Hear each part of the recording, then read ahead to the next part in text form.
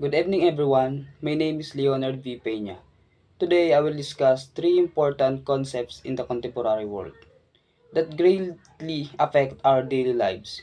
These are globalization, culture, and international relations. These concepts help us understand how countries and people are connected in today's world. Globalization. Globalization is the process where countries become connected through trade, technology, communication, and culture. Because of globalization, people from different parts of the world can easily interact and share ideas. In our lessons, globalization explains why products, business, and even trends from other countries become part of our everyday life. A simple example is online shopping. We can buy products from other countries using apps and website. Another example is social media, where we can communicate with people around the world instantly.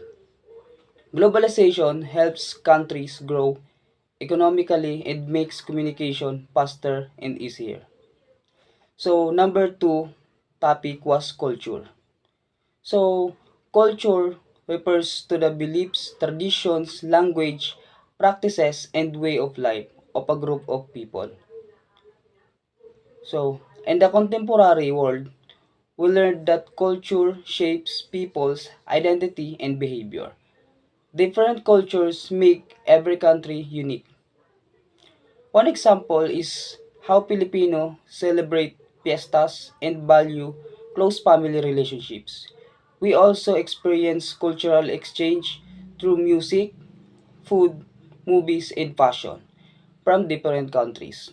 Understanding culture help us respect diversity and avoid discrimination.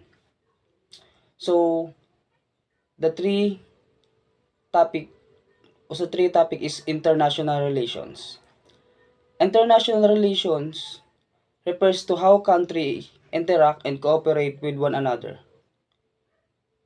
This concept is important because countries work together to solve global problems such as climate change, poverty, and conflicts. One example is countries helping each other during natural disaster or pandemics by sending medical supplies and supports.